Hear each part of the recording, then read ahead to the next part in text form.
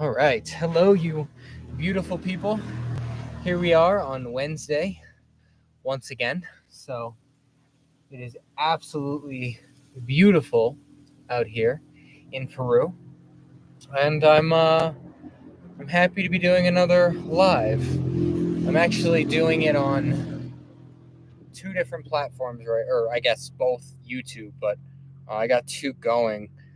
But I don't like that I have a bunch of just like. Hold on. I guess that is the downside of using a camera that's on your computer. All right, let's see. Okay, that'll work. So, thank you. All right, so today, good enough, yeah. Thank you. So should be good. Everything's good here, live on that one too. All right, so today I wanted to go ahead and talk about some of the things that I didn't really expect when I was moving to Peru. There are a lot of things that I feel like we just think are going to happen or think we're going to have access to that we don't. And I just had these preconceived notions built up in my head of just things that were going to be available, or maybe things I didn't even consider that I just didn't have access to. So, yeah, the first things first, when coming to Peru, I think I've talked about this a couple times on the channel, but the first thing that I didn't consider that I should have was the water. When you're in the US, you just, or any Western country for that matter, you just kind of take the water for granted. And it goes much further than just the water that you're drinking. Anytime you're eating food, raw vegetables, anytime you're washing something, there's a certain amount of time you need to cook it for in order for it to be safe to consume. So as I was kind of getting ready to come here, I didn't think about that. And as I've been here, there have definitely been a lot of challenges that I wasn't necessarily expecting with the water. I've gotten sick a few times because of the water. There are certain foods that I haven't been able to eat, certain foods that I've just completely pushed off and gotten rid of and stopped eating entirely just because there was potentially water on it. So that was one of the first biggest things that I didn't expect. Actually, to be honest, I haven't eaten a strawberry in months because that was the last thing that got me sick. So, yeah, it's definitely something that I'm slowly getting more and more used to. The next thing that I wasn't fully considering when I came here was access to certain things like just daily pleasures. Hot water, for example. There is hot water. I'm not saying that there's not. You definitely can have access to it. You definitely can find it if you don't have access to it in your actual house. But the water, hot water itself is definitely a commodity here. There's a few different options you have when it comes to getting hot water. The first one is the most common, which is not at all. The next one is electric water heating, and it doesn't do a good a job as you might think it does. The electrical water, what are you doing? The electrical water access and all that stuff. The electrical water, hot water, it doesn't stay hot for a long time, and it kind of just it just gets cold quickly, and it never reaches that peak heat that people are usually used to. So taking showers here can be rather uncomfortable sometimes. Now the last option that there's gas. And I would say out of the three options, that one is by far the most rare. There are houses that do have gas hot water, but it's few and far between. Usually those houses are in a different monetary bracket that cost way more. And a bunch of other things. So gas hot water is rare. A lot of retreat centers will have them. Certain houses might have them depending. There's actually been some surprises as far as gas hot water, but I do think they were lying to me about the hot water. So for me, it's not a big deal, but for someone who's considering coming and moving here, the whole hot water thing that can definitely put a damper on things for sure. And then the next is I love to cook. I cook often. There's a lot of different things I like to cook. And there are ingredients that I just took for granted in the US. Like one good example that I can never get here in Peru is poppy seeds. I like to make bagels. I've been learning and getting better at making them. And I really want to make some everything bagels. But the poppy seeds, they're actually illegal here. So not only can I not get them here, I'm not even allowed to ship them in here. So when I was coming here expecting to do my daily things like making bagels, I never expected that I wouldn't be able to get my hands on poppy seeds, for example. And for those of you that have had an everything bagel, especially a New York everything bagel, poppy seeds make or break the everything seasoning. They just do. You need them. So that played a lot into it. But there's little things like ketchup, for example. All the restaurants around here have ketchup. It's a very common condiment that they offer. However, here's the issue with their ketchup. It tastes like syrup. Do I sell drugs? No. Yeah, the ketchup here tastes like syrup. So as you're trying to like enjoy your French fries, for example, the ketchup is awful. It's just awful. So, hey, how's it going, Bill? I appreciate you stopping in. So yeah, the ketchup is awful here. So when you're kind of like expecting to make certain recipes like hamburgers, for example, and they include ketchup on top, it's not happening unless you want some really terrible ketchup. However, I will say the mayonnaise here is on another level. I was never really a big mayonnaise guy back in the US. I just wasn't. But here in Peru, there is just something about the limes or the process or something. Their mayonnaise is just absolutely, it's amazing. I put it on everything. Hello, from Peru. Thanks for commenting. Pro 100. Cool. So other things that I didn't expect when I came here, in a way, I didn't necessarily expect to see as many people from the United States and other Western cultures, but at the same time, I don't know, just it's very different. People here that even share your same culture are very different. I don't know if it's because of the slow kind of movement towards becoming local here, but the locals, the people who are not from here that have become locals have definitely, I don't exactly know how to put it, but they've changed. They don't have that same like Eastern or West Coast feel that they would in the US.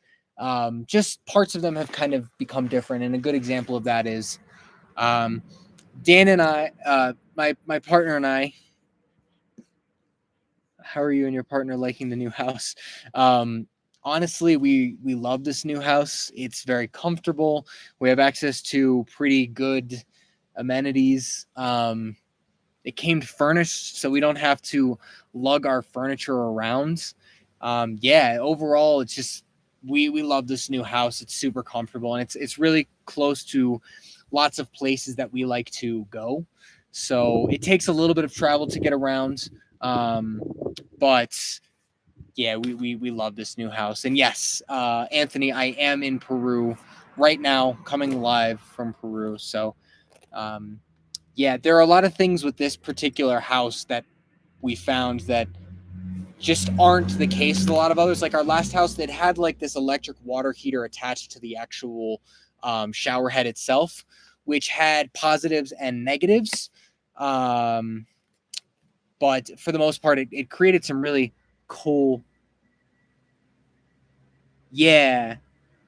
Was it on? I don't know if it was it the Bill. Was it the new house or the old house that I showed my water heater? Because the last one, the shower head was attached to the water heater and it made for very cold showers. This new one has like an electric heater that's detached, which is super nice. It's definitely made the water hotter and a little bit nicer to take showers and everything. Old house, yeah, that was the one that was kind of attached. So yeah, I think it had like this coil, and the water came right out of the shower head and into the heater and heated it in the moment that it was dropping it. So it couldn't handle a certain amount of flow of hot water. So it would get really, really hot if it was low, or it would be ice cold if it wasn't low. So yeah, that was definitely something. But yeah, the last thing that I wasn't necessarily expecting when oh, yeah, that's the new one. That's the new electric side. Yeah, that one it's really effective, and it keeps the water hot for sure. So yeah, we love that outside electric water heater. On the porch. Yeah. Yeah, we also have a porch. Very, very comfortable. I know you guys can't see, but pretty much mountains all the way around. It's a good spot. In the US, I mean, I guess it depends on the area that you're in when it comes to where you're renting. But as of right now, as I'm sure all of you are aware, the renting a house is, I mean, I think you're at least paying 1,500 no matter where you are. There might be some places you can get like 12, 1,300, but 1,500 for rent each month. In New York, where I was, you're looking more at like 2,000 to 3,000 on the lower end, and obviously the sky's the limit in New York. So, yeah, and here the rent, depending on the place, is anywhere from 800 soles to like 2,000 US dollars. Now, the 2,000 US dollars is like very rare, and honestly, you shouldn't rent one of those places. The 800 soles equates to about 200 US dollars for, 2 bedrooms, a bathroom inside the house, which is an important distinction. That was another thing I wasn't expecting. Most of the bathrooms are outside the house. A kitchen, that one was even furnished and everything. Who's the water provides the water service? So, I'm not completely sure. I think it's the government of Peru that provides the water. Thanks, Bill. I think it's the government of Peru that provides the water service here. So I'm not 100% sure. I am not responsible at this house for paying the water. I'm responsible for paying the gas, the internet, and the electricity. Gas is not like, it's literally the gas that we cook with.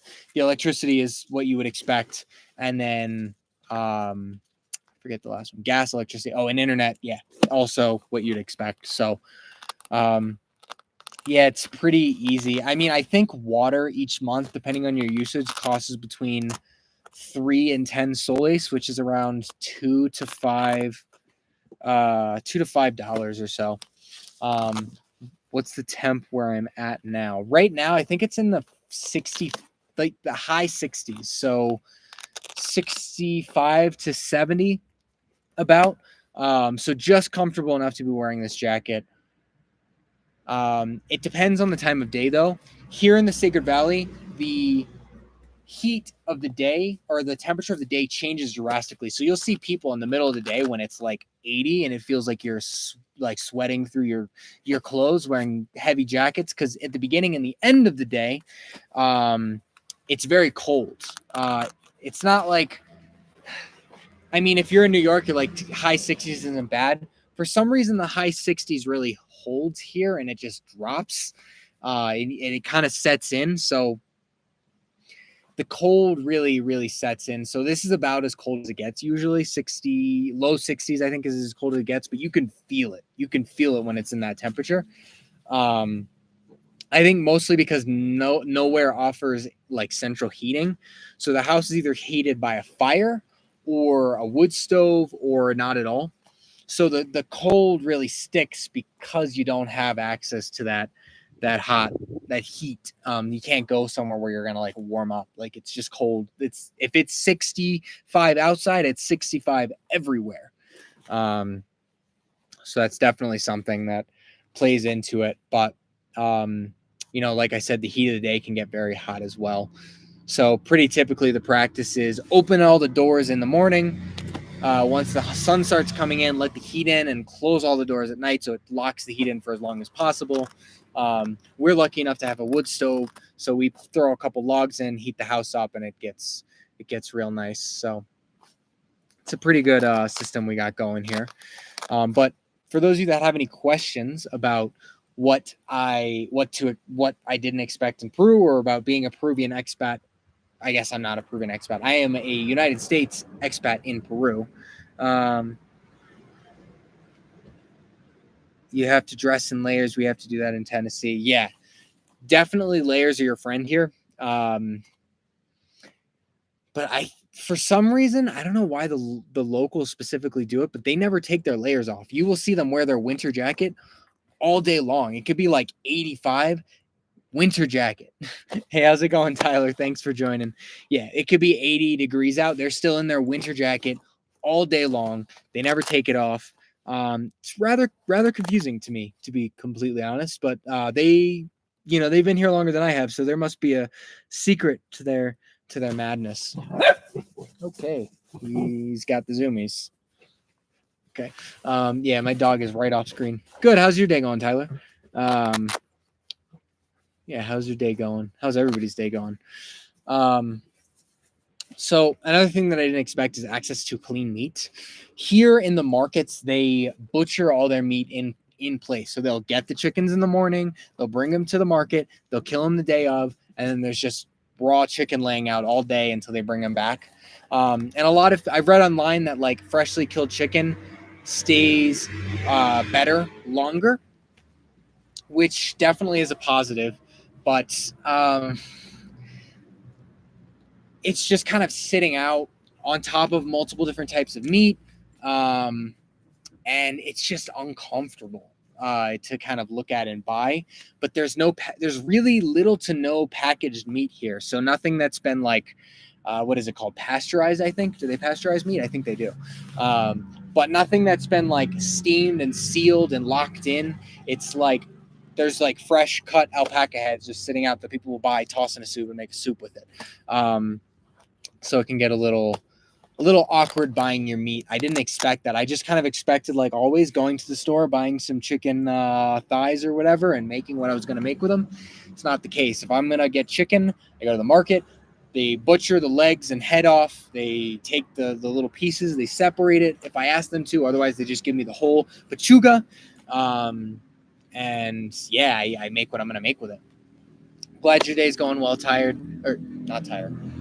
I'm glad your day's going well, Tyler. Yeah, I've been hearing it's super hot in the U.S. right now, like super uncomfortably hot. My day's great. Do I get a ticket to Lima or fly straight to Cusco? That's a great question. When you're coming here to Peru, you want to look at both. It depends on where you're flying out of, but pretty typically it is cheaper to get a ticket to Lima and then get your connecting flight from Lima to Cusco. Just to give you an example, I was trying to fly to Colombia for a little while ago. I needed to leave to renew my visa while I'm in the process of getting my residency. So what you want to do is you want to get let me get back to Colombia. So I was going to Colombia. To fly from Cusco to Colombia was like $600 or so, round trip, I believe. To go from Lima to Colombia was, I think, $300 round trip and to buy the flight going straight from Cusco to Lima was $25. So you could save yourself a few $100s by not going straight from Cusco, like flying from Cusco to other places. Cusco, it has an international airport. It only flies to South American countries. So if you're leaving, Jesus, if you're leaving from here to go somewhere, you're probably going to end up flying through Lima anyway, unless you're going to like Bolivia, somewhere in Chile or Colombia. You're probably going through Lima anyway. So you will most likely save a significant amount of money by flying to Lima and then finding your connection ticket through Lima to Cusco. Now, it depends. Always check both. There's a great website that I use for almost all of my purchases of flights, and that's called Skyscanner. Be a little careful on there because you never know. You just keep aware. Like, if it'll give you options if you want to buy your flight, it'll give you like a few that you know, like Expedia, Direct Airline, like Latam is a common one down here. There are a few at the very, very bottom that are like 1 star that you've probably never heard of. Be a little careful with those. Skyscanner just kind of pulls from every single website and finds you the cheapest option. So there are pros and cons to that. So yeah, Skyscanner, try to stick to the things that are either the airline or things that you know. But otherwise, yeah, it's pretty good. You definitely should explore the Sacred Valley. It's a great place to hang out at. And what's the street food like in Peru? You know, what's really funny about the street food here in Peru, a lot of people from Lima specifically, if you come over to the Sacred Valley, they'll be like, I never, ever eat the street food. I know Limenians that live here, people from Lima that live here in the Sacred Valley, and they're like, I just walk straight by the street food. That is scary to even look at and think about eating. So the street food culture here is not the same as it would be in, let's say, like Mexico. Like in Mexico, you walk up to any street vendor, buy some tacos, and they'll be the best freaking tacos of your life. Here, there's some street food in Lima, but even the Limanians, they don't really eat the street food in Lima either. They kind of just steer away from it. I don't know if it's because they're afraid they're going to get sick or what. There's a pretty huge disparity between here in the Sacred Valley, like the wealth and the wealth in Lima. So the culture is completely different too. It's almost like going to two different countries. And they think of it that way too. When they come over here for like vacation, it's kind of like going to a cheaper country for them. Like it's very interesting how they kind of conceptualize the Sacred Valley. Bill, thanks. I appreciate you doing the videos. Thanks, brother. No problem. Thanks for watching them. I appreciate you watching them, and I'm glad they're bringing value to people, and I will keep bringing value for as long as I can. So yeah, I appreciate you too, Bill. Yeah, so there's this weird kind of like difference, and even like there are other towns that people don't consider going to when they come here, which is like maybe Pucallpa or Iquitos. Those two, even they have their own like culture. Like from here to Iquitos, I would consider Iquitos even more impoverished than where I am in the Sacred Valley, or the Sacred Valley in general.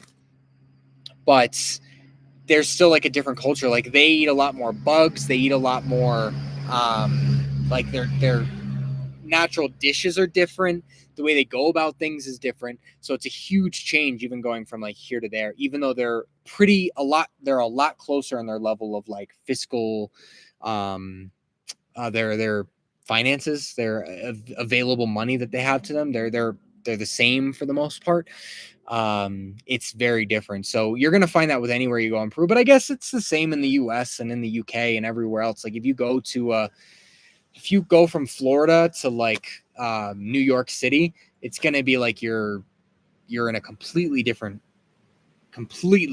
like zone. Like you like changed worlds, changed countries. Love your content. Thank you, Jim. I really appreciate it. I really appreciate that. So yeah, if we have any questions, feel free to hit me with them. Got about 7 minutes before I wrap these up because I do post these online. But honestly, I'll probably wrap the mobile one, or I'm sorry, I'll probably wrap the computer one up, and I'll keep going on the mobile for a little bit longer. And I'll end up posting the one that I'm doing on the computer the horizontal way. Culturally diverse country and very biodiverse. Yeah, 100%. Interesting. Here in Peru, I'd love to see some guesses. How many different kinds of potatoes do you think they have here in Peru? Go ahead and shoot me some guesses while I answer some of these questions, and I'll come back to that. Guinea pigs will take some getting used to. Yeah, when I lived at my other house, I actually lived near a guinea pig farm, a cuyeria is what they called it. And in the potatoes, yeah, in the cuyeria, like you could kind of smell it from nearby. When you go into the market, there are guinea pigs like ready to be eaten. And with those guinea pigs, they look like kind of like gelatinous. It's very weird. I haven't eaten a guinea pig. I really need to because I've eaten snails. I've eaten the bugs in Iquitos. For some reason, the guinea pig is just the one thing that's given me the hardest time. I've eaten alpaca. I'm pretty open. I don't know. I just want to make sure I'm getting it cooked well, because eating a greasy guinea pig, I don't know, guys. It's not on my, yeah, 5,000. 5,000 is the amount of potatoes. There are 5,000 different types of potatoes here in Peru. Each of them have a different meaning. Over 500, yeah. The 5,000 though. They're each of them have a different use, a different medicinal use. Each of them have a different cooking use. Like, they're so diverse. There's actually a place in Lima that's studying them. I learned this today from a friend that runs a retreat center called Nijawasi. And basically, there's a place in Lima where they're studying tons of different kinds of potatoes and like stockpiling them all from Peru to keep the biodiversity up. But also, if the world ever falls apart, they want to have potatoes that they can send to every country so that they can plant and continue to be able to get sustenance no matter how their climate changes. So, and here in Peru, there's such a varying difference in climates that, they've got potatoes that grow in the snow, and I don't know about the snow, but they got potatoes that grow basically in the snow, and they got potatoes that grow basically in the desert and everything in between. So they're prepared out here. How long did it? Oh, wait, let me answer this one first. Would you live in this city? Honestly, Miraflores in Lima, 100%. I love Miraflores. It's very comfortable. They have gas hot water. They have apartment buildings. I'm not a city guy, but if I had to pick a city to live in, there are three that would be in my top three. And that would be Boston, Barcelona, and Lima. I really like all three of those cities. They're comfortable. They have access to everything, but they also have enough nature kind of included in them to where you don't feel like you're just wallowing away in concrete jungle. So I would consider going to live in Miraflores. And if I had a reason, like for example, this YouTube channel really blew up to the point where I needed to have access to lots of tourism things that they have in Lima, like snowboarding or sand dune boarding. I would probably go to Lima for periods of time to do a lot of my recording, because there are lots of things nearby that are very just good content. Right now would be more expensive than necessary for me to be over there, so I don't really have any reason to be in Lima right now. And I enjoy the mountains more anyway, so it's a good question. I got asked, how long did it take you to get your biz formed in Peru and get a work permit? So that's a good question. As far as trying to get my worker's permit and getting everything set up that I needed to be here in Peru, I think I started in February, and I got my business and company set up by the end of April.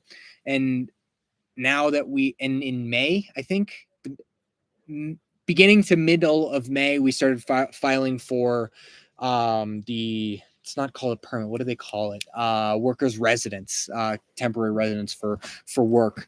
And right now we're in that process. But the cool thing about starting that is when you're starting to form your actual business, you have to be within what they call good standing with the Peruvian government and the why am I blanking on so many words right now? The Interpol and your visa status all have to be in good standing.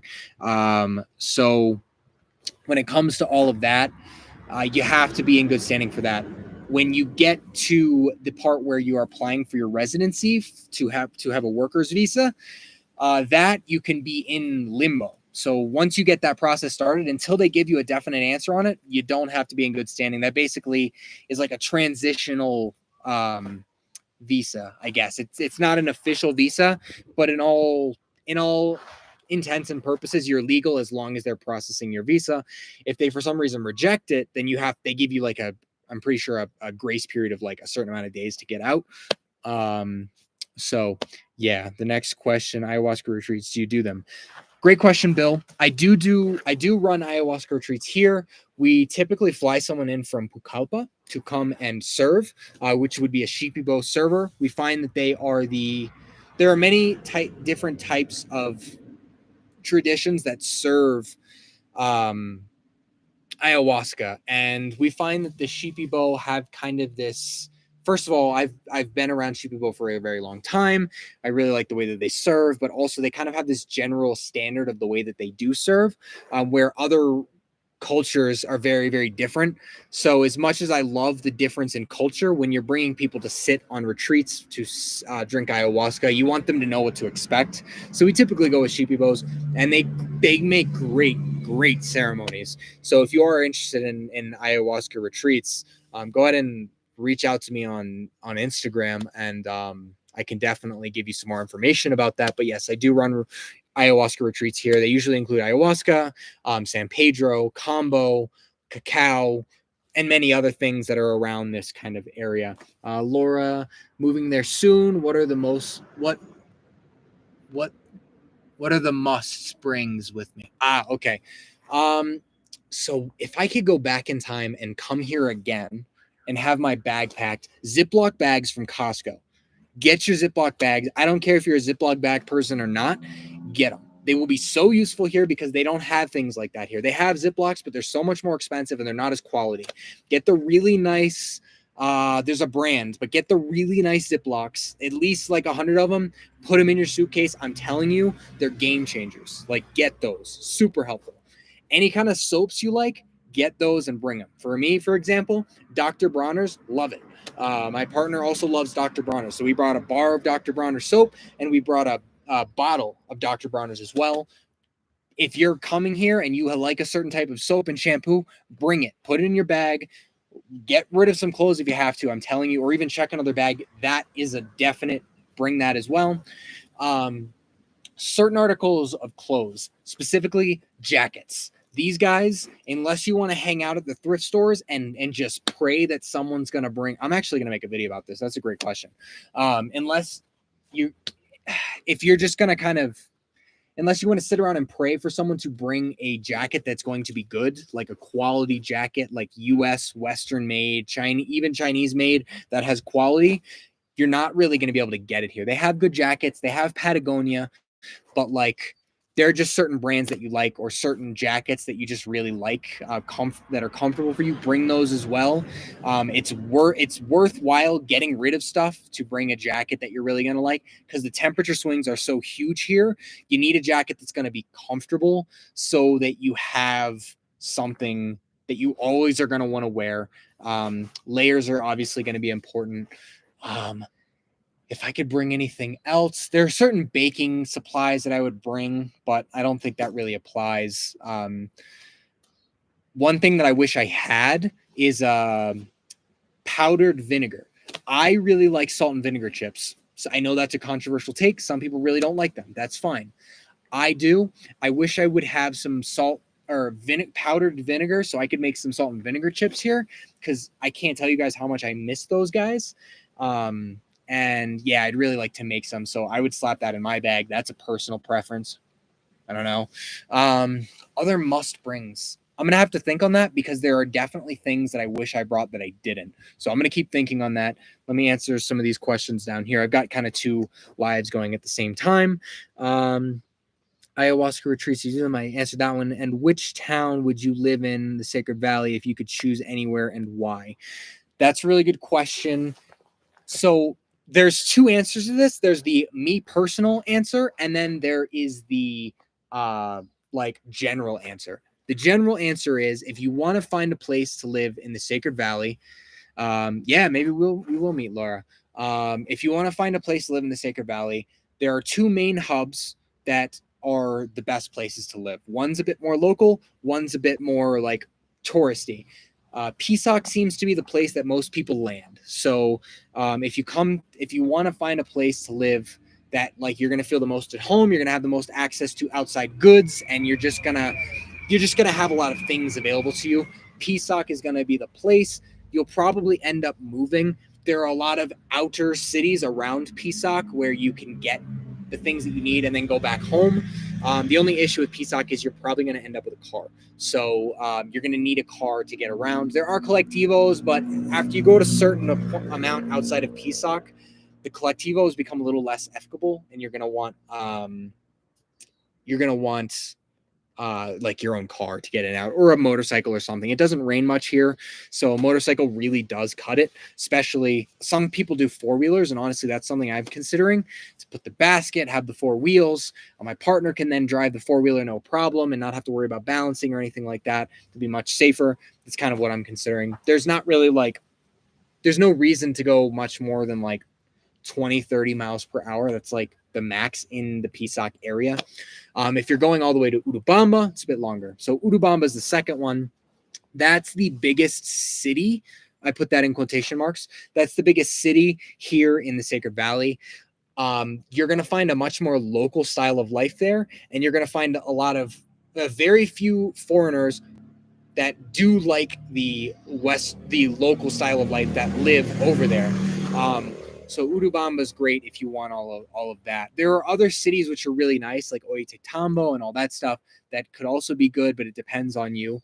Personally, if it wasn't for necessity and I could live anywhere, I really like where I am now, but I would say Ollantaytambo.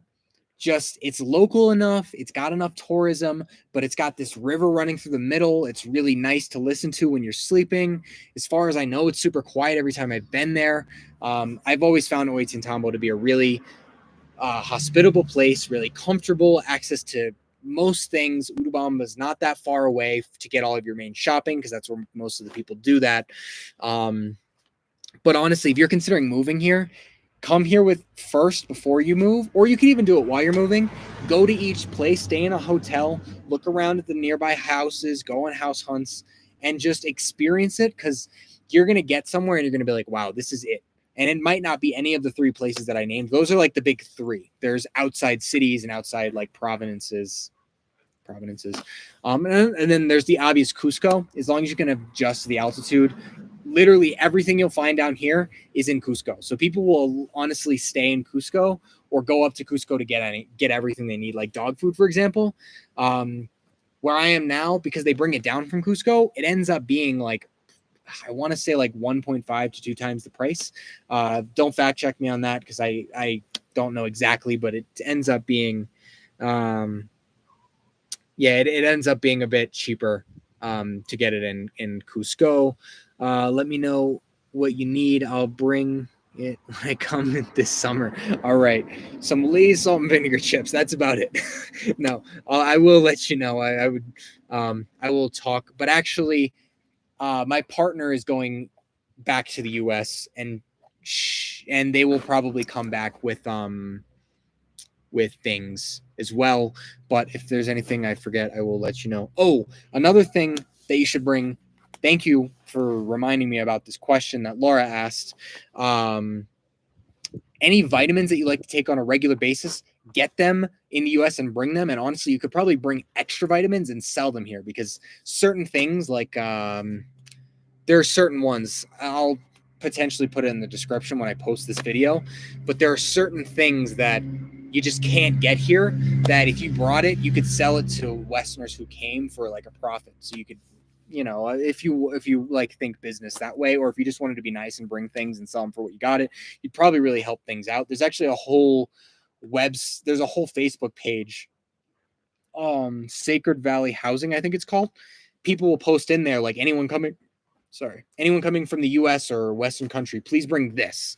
And you could potentially go on there and either do people favors and do like the nice thing and just buy it and bring it and trade it, or get the money that you spent on it. Or you could potentially be like, hey guys, I'm coming from the US, put a post in there. Let me know the things that you need and I'll bring it for a markup, and just let people know you will bring it for a little bit of a markup, and people would probably pay it to get the thing. Oil of oregano.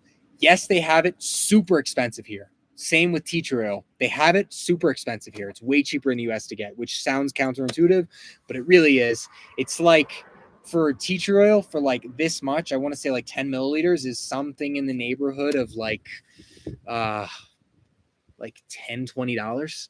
So you can get like a big thing of tea tree oil and bring it, and it'd save you a lot of money. Like Calca and smaller towns, yeah, definitely.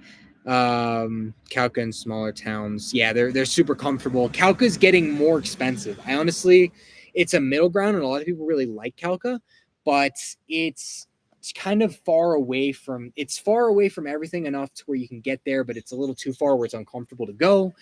But the pricing of the houses there has skyrocketed because everyone wants to be in the middle of Urubamba, where they can get all the things that they need, and Pisac, where they can kind of get that tourism and local and in like Western like interaction and business. So Calca has really shot up in price. So if money's not an issue, Calca might be the place, but I'm talking like $1,000, $1,500 a month houses, which is crazy for the Sacred Valley. Please do not pay that much if you come here. That's ridiculous. Don't do it. You'd be doing yourself a favor and the locals, because if you pay for that much now, they don't want to rent to the locals because if they can get you to rent the house for $1,500 for 2 months. Why are they going to try to rent it to a local for a quarter of that for 8 months? Just doesn't make any sense. I think someone asked me, is it safe? It's actually super safe here. You're gross, man. You're gross.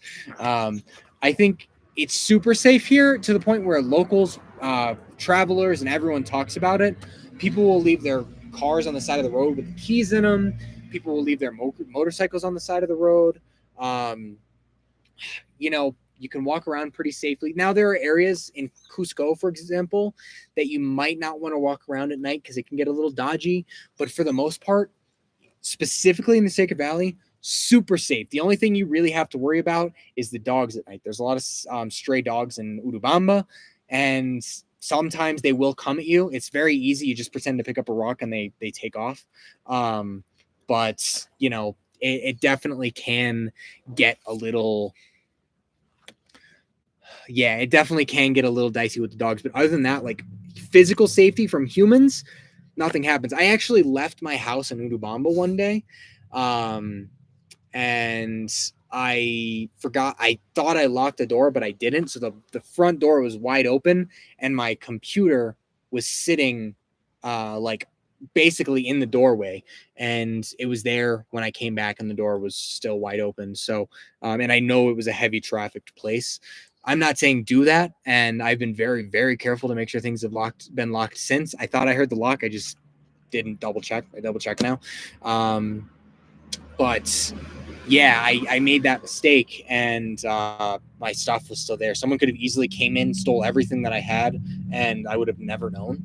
So it is very, very safe from everything that I know. Okay, let me get through some of these. What's my Instagram? So my Instagram is mambo_combo, basically the same exact that it would be here. You can also go on my homepage on YouTube, and I have a link tree in my bio. You can click the Instagram, and it'll take you right to me. Go ahead and start up a conversation. I'd be happy to talk with you guys there too. Cloud in small towns. Do you know if Kratom is sold there? Kratom, I've not seen it, but it might be. One of the things about the pharmacies here is you don't need a doctor's note. You don't really need a doctor's note to get things. So if you needed like painkillers, for example, they just have them. They'll prescribe them to you before you even talk to a doctor. Certain things are controlled, certain things aren't. So it really depends. But yeah, I would say Kratom. It could be. I don't specifically use Kratom to any capacity, so it's possible, but I'm not completely sure, to be honest. Yeah, good to know. They will only pay what the locals can. Yeah, that's a good practice. If you're coming here to live, try to find out what the locals pay and try to stick as close to that as possible, because yeah, you could really wreck the housing market for the locals.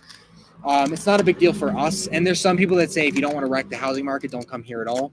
Fair enough, but yeah, just be very careful. Like the house that I was at in Urubamba, I was paying 800 soles a month, which was $200, and that was a 2-bedroom, including a bathroom. You could probably get it a little cheaper, but that was very, very close to local price. So I did the locals a favor by not inflating the prices in that area, and I also did myself a favor by saving some money. Even though I could afford more, don't want to contribute to pushing the locals out. Yeah, exactly.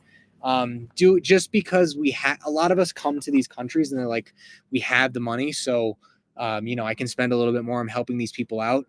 That is a very nice way to think, but you also have to think of the cause and effect of that. You're helping these people out, but now they think they can charge that. So with everything across the board, find out the price and try to stick to that as close as possible. because you can wreck the economy in multiple different ways.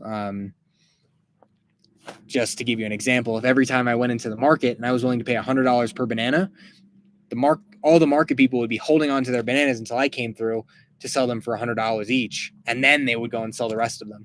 It's a very overinflated example, but none of them are going to risk running out of bananas before I come through because I'm going to buy them for $100 each. Just an example for you. So kind of try to keep I call it ethical traveling. Learn what the locals pay as quickly as possible and pay that as quickly as possible. It benefits everyone except for the seller, but the seller is the one that causes the drawback anyway. So just basic kind of human nature. If you're getting more, you're going to hold out until you can continue to get more. What can I buy a motorcycle for? I think the cheapest one I saw was like $400 or $500. That's plenty for getting around here. So $400 or $500 is not bad at all. And that'll get you around. It might be a little falling apart. But it'll get the job done for sure. It will get the job done. Coming to learn plant meds. So excited. Congratulations on coming to learn. You might consider checking out some places in the jungle as well. That's going to be the best places to learn plant medicines, but it really depends on what you're wanting to learn and all that stuff. Just be careful and safe where you choose to learn plant medicines. Maybe I'll make a video about the dangers of learning ayahuasca if that's the medicine that you're interested in learning. But for now, it's kind of a inflated topic. Let me get to the rest of these questions so I can shut these down. Is marijuana available there? To be completely honest, and to most of your surprises, probably, I've never smoked marijuana a day in my life. I know that people have access to it, so I'm sure. I have no idea where you'd get it. Cusco for sure, but like where exactly, I can't really guide you in that capacity. But actually, I know of people who regularly smoke marijuana. It's not going to be legal like it is in New York, or like there's not like a shop that sells marijuana, but it is available. So if that's something that you partake in, you could probably pretty easily find weed out here and utilize it. Thanks for speaking on that, because more immigrants should think about the ethics and living, spending in other countries. Yeah, I completely agree. I mean, it goes both ways too. In the US, for example, a lot of people come in and they're willing to take a lower amount of money for working. And I don't blame them because they have families and people to feed at home, but it does lower the amount that companies are willing to pay when working, so you got to be careful not to undercut the market either. If you're coming in with a new business idea, you really should be aware of the market. And I'm going to give you a good example. This happened in New York City, actually. I was friends with someone who ran a produce company. Just take these off. It's getting slightly dark out here. I had a friend that ran a produce company. He was doing good, making money hand over fist, delivering produce to all the different local restaurants. And as people started to figure out there was a lot of money in this produce business, a lot of immigrants, I don't remember the type. I don't think it was Hispanic. I think they were from a different country, but I really don't remember the type of immigrant. Immigrants came in and they recognized this disparity in price. But New York is I got to know you, or you got to be doing me a huge solid for me to be willing to change my business. So what they ended up doing was the immigrants came in and they cut the price under the cost of what the actual produce costed. So basically the businesses were like, I'd be stupid not to go with you because I'm saving like $5, $10, $20, $100 a box, depending on the produce, to like fuel my restaurant and my business. So obviously I'm switching my provider. And then once they undercut the market and made a lot of connections, they tried to raise the price, and businesses were no longer willing to pay the amount that they were before, as these immigrants tried to bring the price back up, and it basically killed the produce market in the area. Now there's still people who still make money, but it's not like little guys can make the money anymore. My friend used to drive over to the local produce market, pick up the produce, and go to individual shops that he had like connections with. Now it's like, if you're not I think it's called Mason, that there's like a truck, but anyway, if you're not like a big company, there's really no profit in these in the produce anymore. So yeah, Yeah, maybe I'll talk about that for sure. Marijuana, thanks for speaking on that. Yeah, yes, very true. Cool. Well, I want to, for those of you who have been watching me on the computer, I want to thank you. I'm going to go ahead and stop it, and this is going to be uploaded as a video. So yeah, I really appreciate your interaction and your help. I will post that as soon as it uploads. It takes a little bit to up, like kind of catch up. Otherwise, I'm going to turn my focus onto the mobile version that I have going, and keep going with that. So I appreciate you guys. I'm happy to talk and happy to help and happy to answer any question that you guys have at any time. If I'm not live, feel free to drop questions in the comments below, or try to catch me when I'm live. So I appreciate you guys. Have a great day, everybody. Quick question: what is the best deal for me to spend? What is the best deal for me to spend a week there? I'm not quite sure. Hit me up on Instagram, and I will make either a whole side video about it, or I can answer directly on Instagram, because I'm not quite sure exactly what you're asking, and I want to make sure to give you the best answer I possibly could. I appreciate you guys. Thank you for bearing through this grainy video quality, and I will see you soon.